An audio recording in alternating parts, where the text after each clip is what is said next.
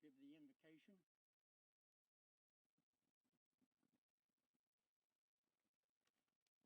Good morning, everyone. Please join me in prayer. Lord, please bless this event today as we honor our patriot forefathers who fought at Fort Lindley. Thank you, dear Lord, for making this a great nation. As George Washington said, to the distinguished character of patriot, it should be our highest glory to add the character of Christian. And as John Quincy Adams wrote, the highest glory of the American Revolution was this: it connected in one indissoluble bond the principles of civil government and the principles of Christianity. The signers of the Declaration pledged their lives, their fortunes, and their sacred honor to found this nation, but they knew that it would take a miracle from God to defeat the greatest military in the world and to found this nation. We thank you for this country. You made this nation. We have turned so far from you. Please bring us back to you. Please heal our land. Make us a Christian nation again. In Jesus' name, amen. Amen.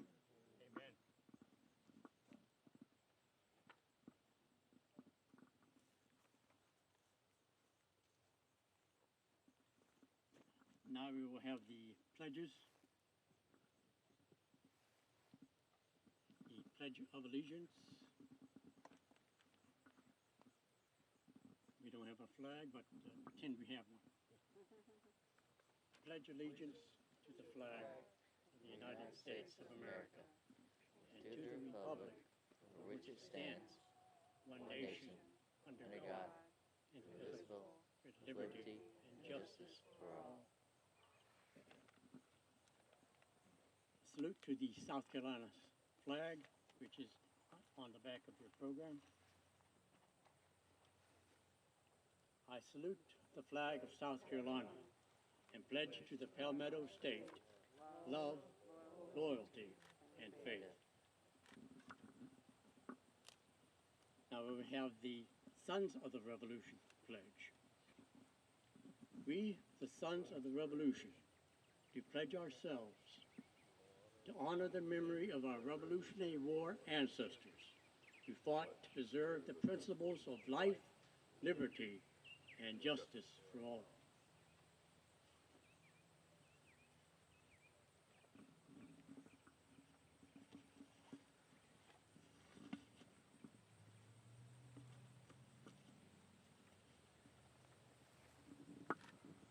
Welcome, everyone, on this nice, crisp October morning. As we stand here, let us remember our forefathers who fought here at Fort Lindley.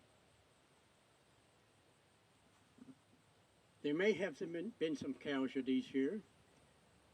We do know there were several wounded on both sides. So let us remember the blood that was shed here for our freedom.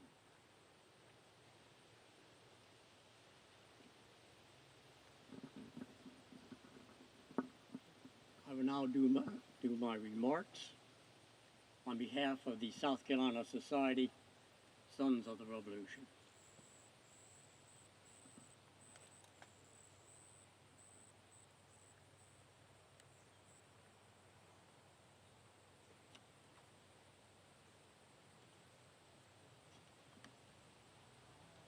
I bring you greetings from the South Carolina Society Sons of the Revolution. Toward the end of his presidency, Ronald Reagan had one warning for our country. He said we needed an informed patriotism. A patriotism grounded in thoughtfulness and knowledge. And he said we needed to transmit it to our children. He said many of us had absorbed our love of country from our families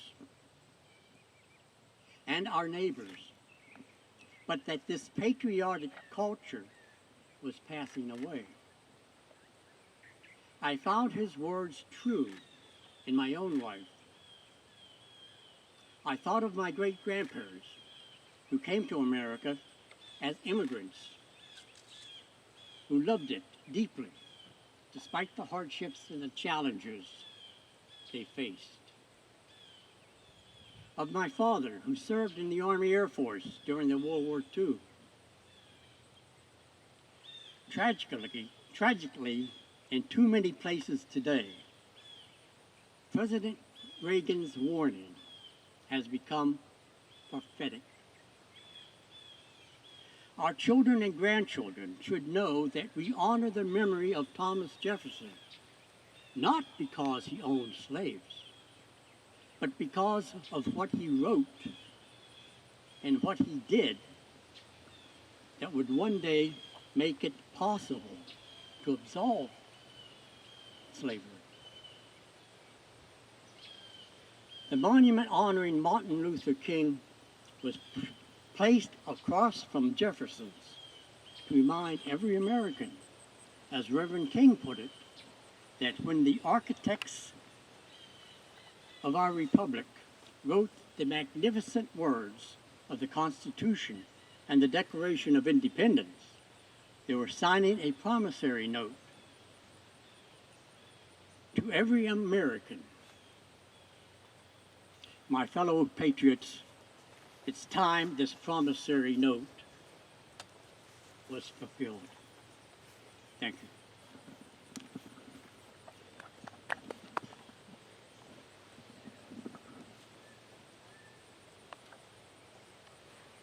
I will now introduce our guest speaker, Durant Ashmore. Thank you, Tom. I appreciate that. Welcome to everyone who's here today. Nice to have you here at Fort Lindley. So, Fort Lindley sits in the tree line there. This was a field surrounding the fort. This whole area would have been clear cut for at least 200 yards all the way around. There would not have been any trees standing in that fort. Clear-cut fields of fire. That site sits on top of a hill with a 360-degree view, and there's a good flowing spring just at the bottom of the hill there, and that spring has been flowing for hundreds of years, has been flowing for centuries, and the water there is just as pure as can be. So that's one thing that Revolutionary forts always had in common, was a 360-degree view and a close water source. So what is important about Fort Lindley? Why did a battle occur here? Why did Cherokee Indians and Tories feel necessary to attack settlers inside this fort? This area was always traditionally Cherokee territory, and it stayed Cherokee territory until 1755, when the Treaty of Saluda was instituted, and the Cherokees gave up this land, and the Cherokee territory at that point was just entailed Greenville, Anderson, Oconee, and Pickens counties. The deal was the Cherokees would give up this land and they would receive a yearly allotment of shot and powder from the colonial government so that they continue to hunt the deer. There was a lucrative trade in deer skins with the British and the Cherokees. The Cherokees would trade deer skins and medicinal plants for hunting rifles, muskets, pots and pans, hunting knives, things of that nature. So as soon as the Treaty of Saluda was signed, this area became open to settlement. Right after that, the French and Indian War occurred, and there was a terrible misunderstanding between the Cherokee way of life and the colonial way of life. And misunderstanding is perhaps a gentle way of characterizing that. The first Cherokee War occurred in 1758 to 1761. It's also referred to as the Anglo-Cherokee War. The settlers along the frontier at that time built blockhouses for protection, blockhouses, fortifications, because the Indians, the Cherokees, were on the warpath at that time. The Long Cane Massacre occurred, and that was about 20 miles from here during the First Cherokee War. A fort was built on top of that hill behind me for protection for the settlers during the First Cherokee War. So when this area was opened up for settlement, the center of justice in the colony of South Carolina was Charleston. That means that if you wanted to buy land here, you had to go to Charleston to make the deed. If your neighbor stole your horse, you had to go to Charleston, swear out a warrant. The authorities in Charleston would send somebody up here to talk to your neighbor, arrest your neighbor, or what have you. That was a months-long process. So because of the lack of order that was in this area, and this is referred to as the 96th district at that time, a movement arose called the Regulators. And it actually turned into a vigilante movement. If they suspected somebody of stealing horses, well, they would deal with him accordingly. They would tie him to a tree and whip him, or they would hang him, or they would do whatever they thought necessary. And the Regulators established law to a certain degree, but they went completely overboard with that, as vigilantes do. A movement arose in opposition to the Regulators. It was called the Moderators. And the Moderators and the Regulators were so much in opposition to each other that they faced off. Now, they never fired shots against each other, but it became a movement that was really tense in this area. So as a result, the officials in Charleston established the 96th Judicial District, and the courthouse was in the hamlet of 96. 96 was the most populous town in this area. It consisted of 12 houses. But 96, as a result of being the center of the judicial activity here, 96 had the grandest structure in the backcountry. It was 3 stories tall. It was made of brick. And the settlers from this area would come about from miles around to go to 96 just to look at this structure. It was the jail. So the jail in 96 was quite a feature that everybody liked. So this became the 96th district.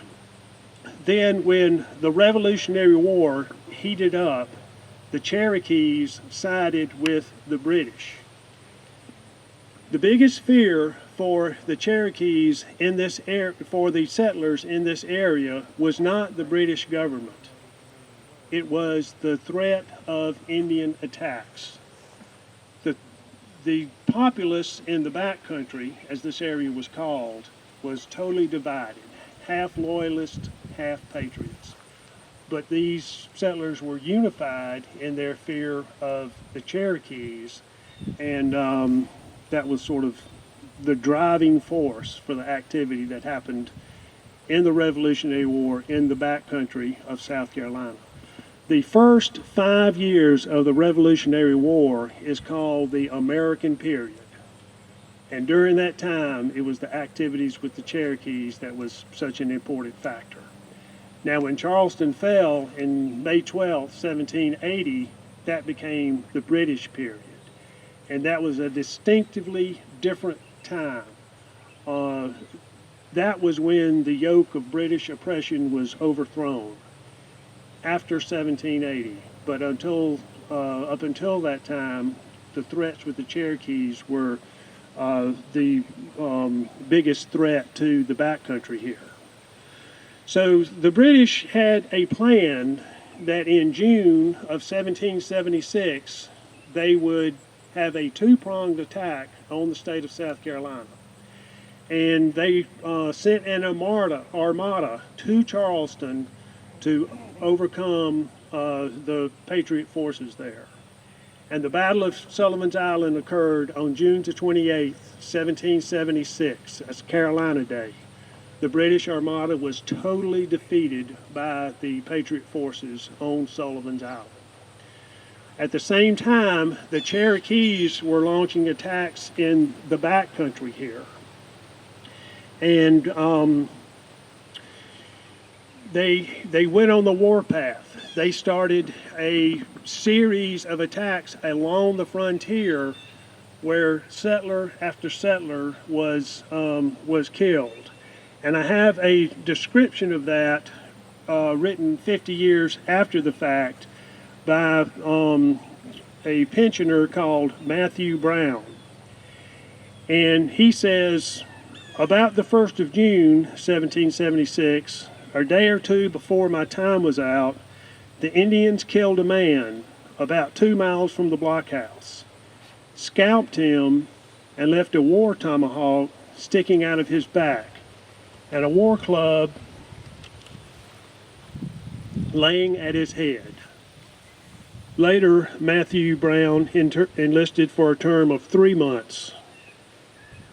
And what he says is, we were stationed at Ellison's Fort on Durbin Creek, some 12 miles from Kellett's blockhouse.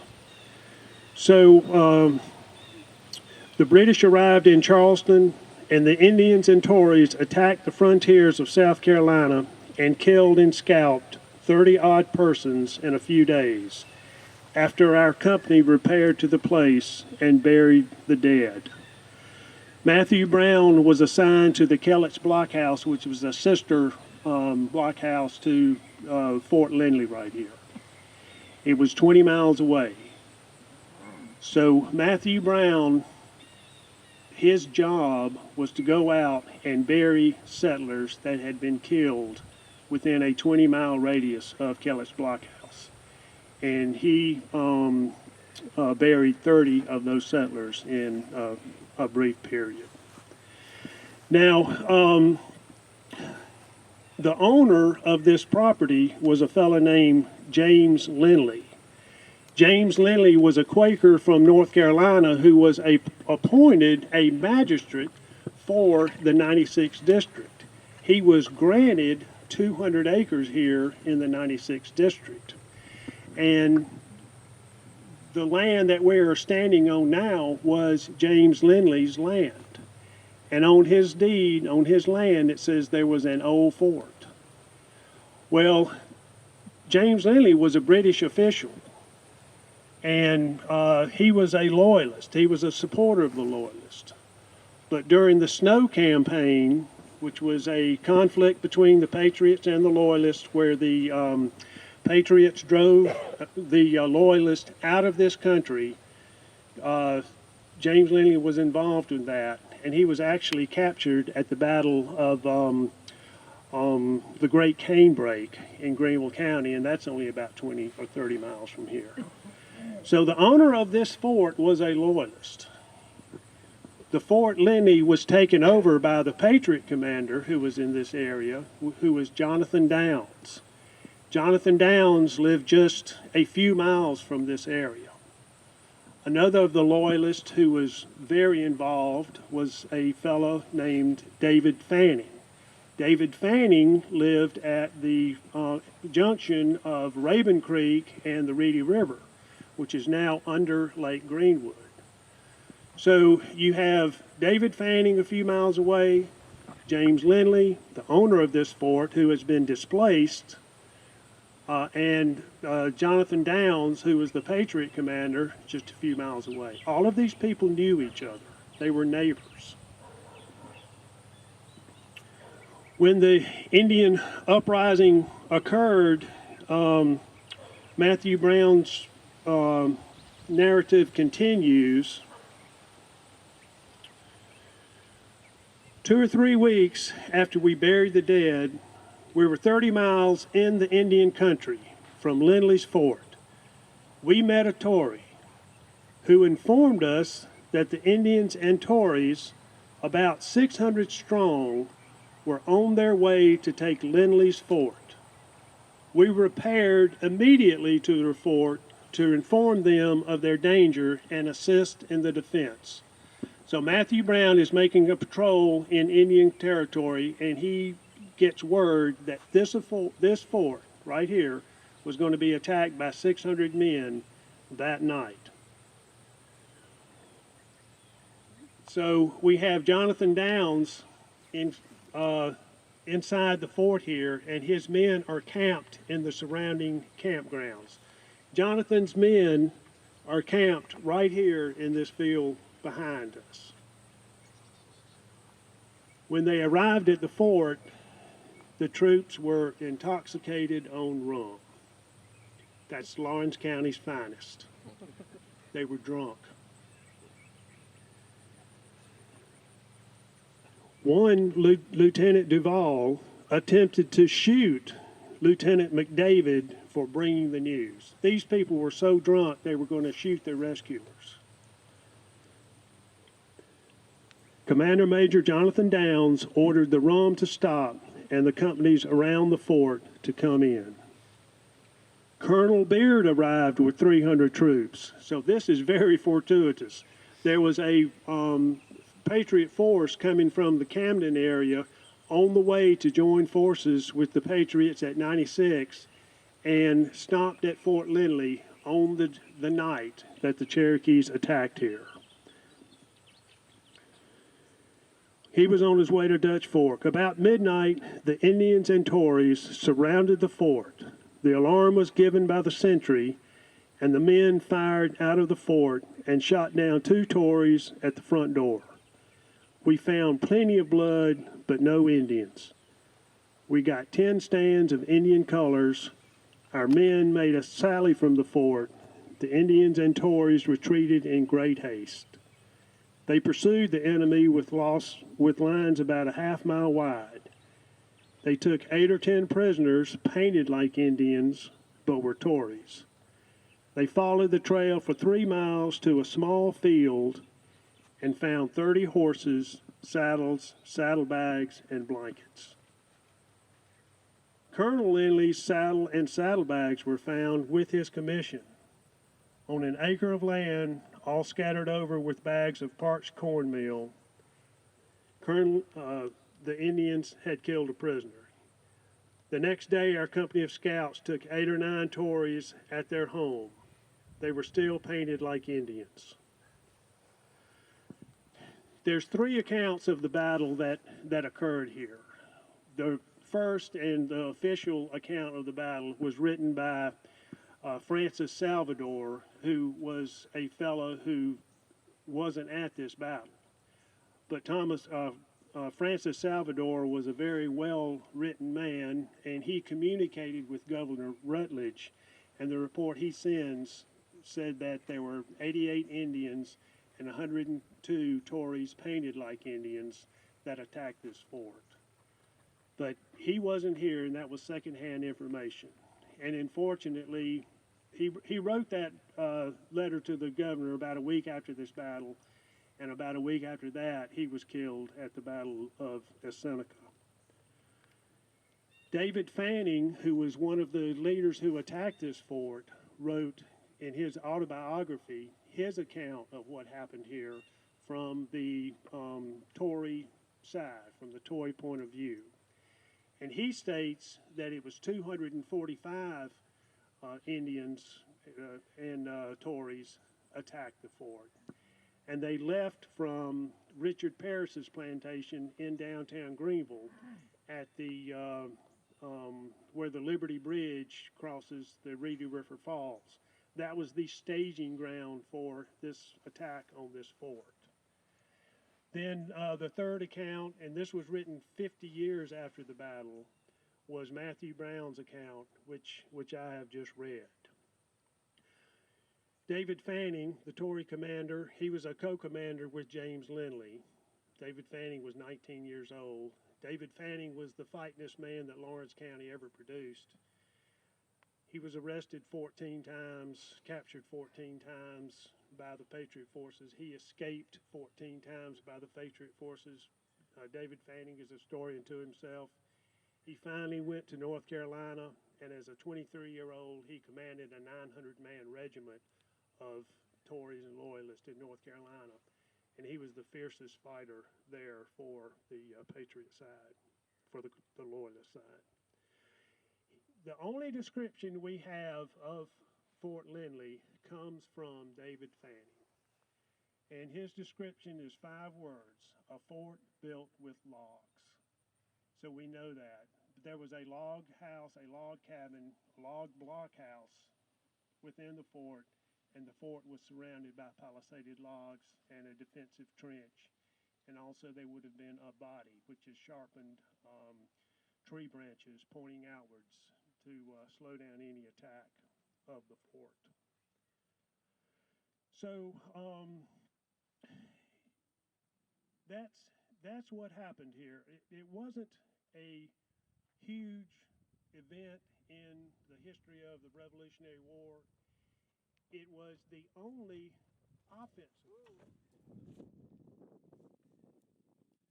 It was the only offensive action that was undertaken by the Cherokees during the Cherokee War of 1776. After this attack happened, the Patriot forces coalesced in 96, and they began the march through the Cherokee territory, where 16 of the towns in South Carolina, 16 Cherokee towns, were destroyed at that time as part of that Cherokee War.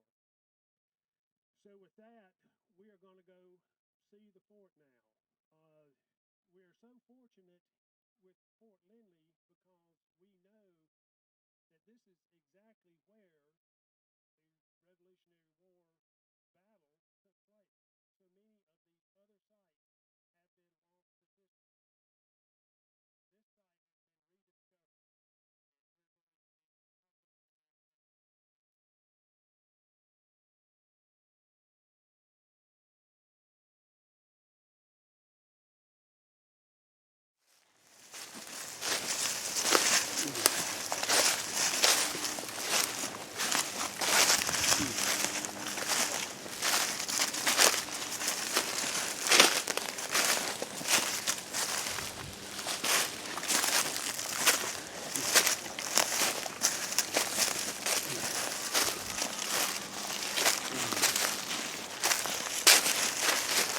we're going to talk about Fort Lindley. There was a blockhouse here. This hole you see here is the root cellar for the blockhouse. There was a palisaded wall all the way around this site. It was oval shaped. It was 250 feet deep, 150 feet wide. And this is the spot from which the Cherokee attack was fought off on July the 15th, 1776. They attacked at midnight. There may have been 150 people inside this fort. There may have been as many as 600. But for years, this spot was lost to history. If you ask somebody 50 years ago where Fort Lindley was, they wouldn't have had a clue. And in 1975, this site was rediscovered. And at this point, I'd like to introduce the man who did rediscover this site, and that's Mr. Roy Christie. And Roy, if you will tell us the story of how you found that where we're standing right here is long-lost Fort Lindley. Thank you, Mr. Durant. Oh, well, I I've been interested in history all my life, and back in the, as you say, the early 70s, there was a professor of English at the University of South Carolina was putting out a semi-annual, I guess, like a magazine called Names in South Carolina, telling how all the names came about, the people settled in South Carolina. He started writing a story about the battles in South Carolina during the Revolutionary War. And one of the stories he read was about Fort Lindley. It had an outline of the map of South Carolina, had a star. I said, that's here in Lawrence County. That's where I'm at. I lived up a few miles up here near the downtown Hickory Tavern, we say. But anyway, I started looking for it. And a big help to me was Miss Sarah Nash. She was taught history at Hickory Tavern School. Her father was a surveyor of Lawrence County. In fact, he published a 1906 map of Lawrence County, but in their possession, they had a map of Kaiser and Helen map of Lawrence County, 1883. And on that map, it has Old Fort. And I kept going back up there and looking at that map, and finally found this site, what I thought was it.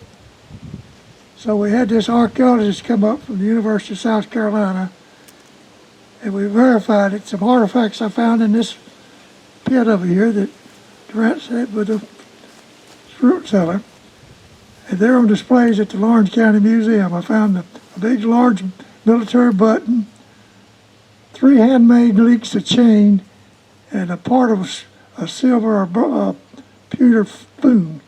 And that's all I found, and I think that this place has been searched over so many times. We was up here last time with some fellas, and we found some parts of handmade nails. That's all I found when I was up here. But they verified this was this fort, and I was on the Lawrence County Historical Commission for the anniversary, semi-anniversary of South Carolina. So we had a temporary marker put up there, and we had a big display out here. We had the National Guard band, had a big speaker platform, and people came and shot cannons and muskets and all that stuff. And they dedicated a temporary marker, but finally, through great work of many people, the historical marker is up there. And if you go look down the hill, what Durant was talking about, there's a stream down there. That's where they got their water. And a lot of people have come to me, asked for stories about this place several times. This is how I found it. And due to the location out at Kaiser and Helen the map, and coming out here, and I want to tell you, when I was out here, found this thing, these woods wasn't here. This was all clear property. There was a cattle ranch. And the gentleman that owned it then was so excited about it, he wanted to start like a Disney World here. I don't think he had the capital to do it, but that's how I found the site. If y'all ask any questions, I'll be trying to answer them for you. Question? Were there any geographical indicators to show where it was at besides the map? Geographical what? Like, was there any landmarks or anything like that that showed where the fort was at besides the map? Well, on that Kaiser and Helen map, yeah. Mm-hmm. And we used to sell copies of that at the Lawrence County Museum. I have a copy of it at my home, but that map tells who lived there, where they lived, and the map was really sort of like a Chamber of Commerce map.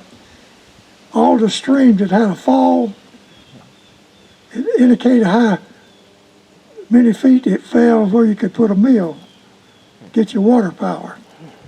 And there was a huge mill built right down the road down here later. But that's on that map, a Kaiser and Helen 1883 map. It shows Old Fort right here. And I talked to a gentleman, he was up in his 80s then, back in 1976, Mr. J.W. Tinsley. before they consolidated the schools, the churches had their own little schools around. He said, I played in that fort on the way to school. Church, yeah, to school, and that was a big help to me too. Any more questions?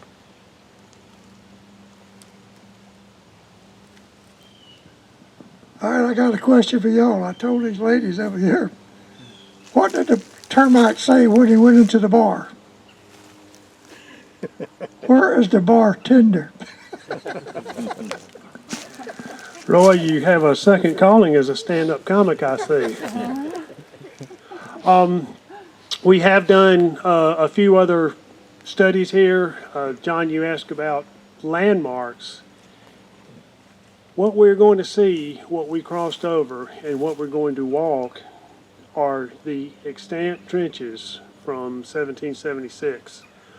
These trenches, when they were built as defensive structures around this fort, would have been 10 feet wide and 6 feet deep.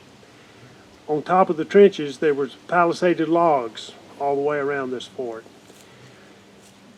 The trenches now that we're going to be looking at and that everybody crossed over coming up here, they're about 2 feet wide and 1 foot deep, but they're still here. And we've also done metal detecting studies here as well, and we found spent musket balls and buckshot, as well as the gate hinges for the gates to this fort, which we're going to be looking at. So at this point, we are going to go on a walk around the outside perimeter, and I'll be discussing additional features of the fort as we do that. Thank you.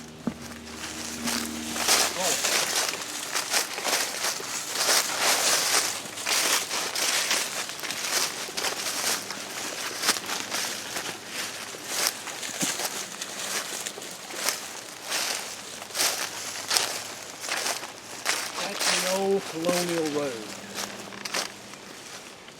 Now, another feature of this fort, I mean, we talked about the trenches.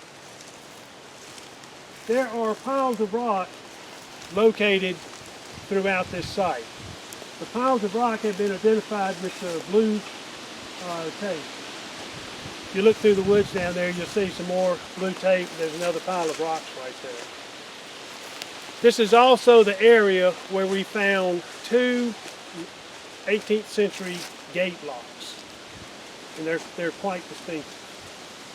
So I'm convinced this is where the gate to Fort Lindley was. This is where the fort front door or gate was.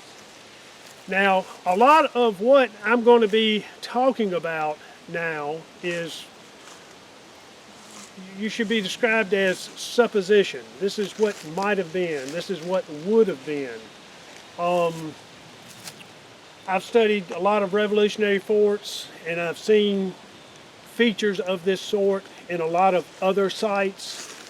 It seems like every Revolutionary War fort, in addition to being on a hill and close to water, there's a big hole in the ground, which would have been a root cellar for a home or residence.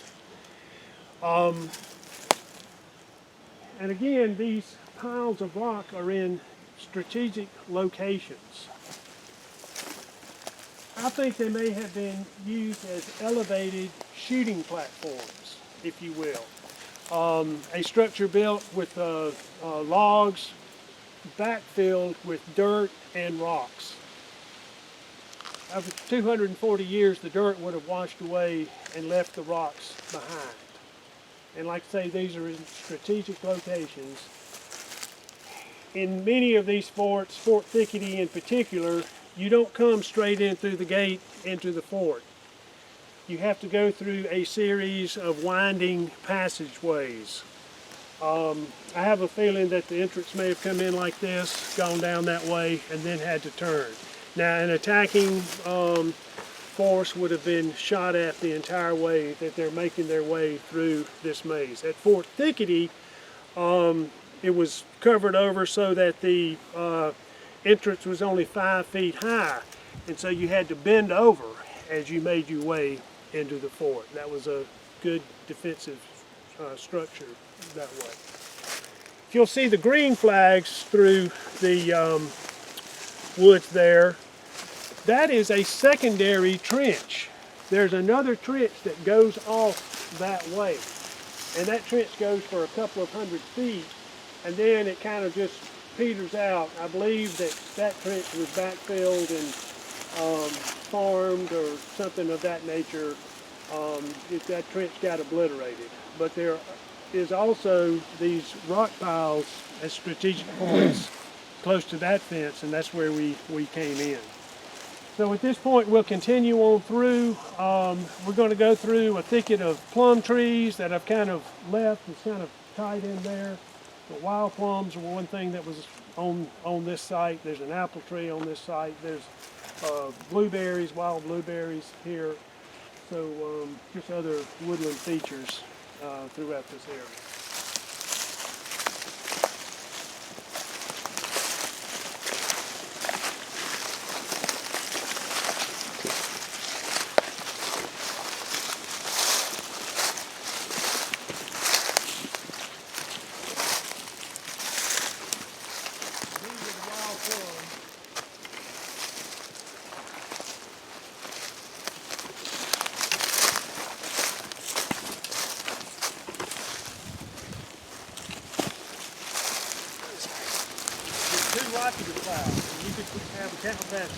Like Roy said. But this is the easternmost point of this fort. And if you can see, it would have a commanding view of this entire area if you were, attacking the fort from this side. And they say that the Cherokees did have the fort completely surrounded when they launched their attack.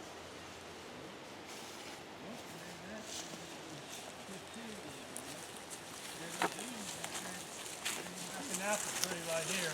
I don't know how it got here.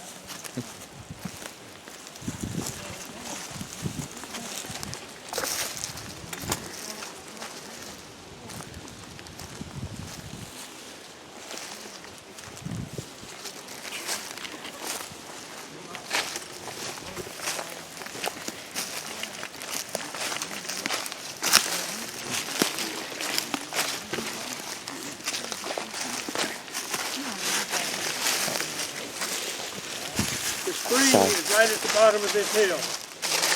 And if you look, there's a semblance of a trench going down that way. At Fort 96, they had a covered way going to the creek that provided the water for the hamlet of 96. And that covered way was about 4 feet deep and 3 feet wide, and it had brush over the top of it. And they would, you'd crawl on your hands and knees to go down to get the water and come back and so forth. Good supply of water here at 96. When you look at the creek, it's called Spring Branch. I mean, that's just barely a trickle of water. It may have been more of a water source during the Revolutionary War, but right now that thing's just practically dried up. And during the drought, it just doesn't flow at all. And at 96, that was in the middle of the summer. It was in June of 1781 when that occurred. Very hot. More people died of heat stroke at 96 than for any other reason. And water was a real issue at that siege.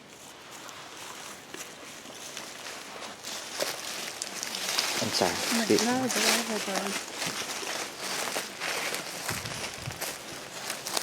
Have any questions?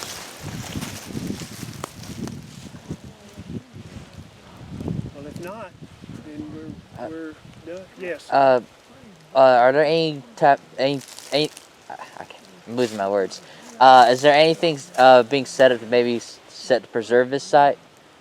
Well, the Richmonds are the owners here, and he was the one that was driving the ATV. And Mrs. Richmond is in the DAR. I mean, they're keeping this site from being developed. They are watching over this site. This is on private property. So many of these smaller forts that aren't part of the national park system. I mean, they're all on private property virtually, and we are depending on the private landowners to for their preservation efforts. Now, as long as the Richmonds own this, I feel real confident that, you know, this area will be preserved. But, you know, when they don't own it, who knows what's going to happen then. There are efforts to preserve all of these forts in South Carolina, primarily through the efforts of the South Carolina Battlefield Trust, which is doing an excellent job. And the deed for Hayes Station, which is a very important site here in Lawrence County, it is being transferred to the South Carolina Battlefield Trust. So, you know, that's good in that regard. But it's just a slow process. You know, do landowners want to sell? Probably not. Do they want a bunch of strangers coming in on their property looking at forts, digging up for artifacts, things of that nature? There's issues there. And we definitely have to respect the landowners' rights. Any other questions? Well, appreciate everybody coming today. Hope you enjoyed the pretty weather. Thank you.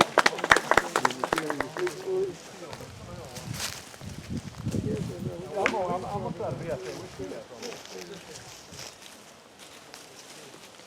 What day is that? It's Saturday, November 7th. It's 2 weeks. Huh? See you later. I'm walking, going back down the hill.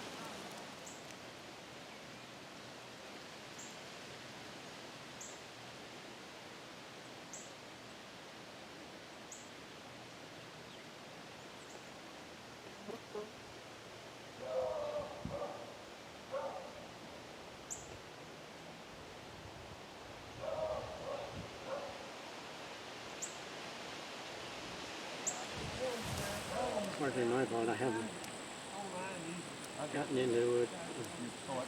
The GoFundMe thing. Okay. You need to, I guess, not only punch it up on Facebook, but also on my Website? yeah. Okay. All right. Yeah, I can add that. And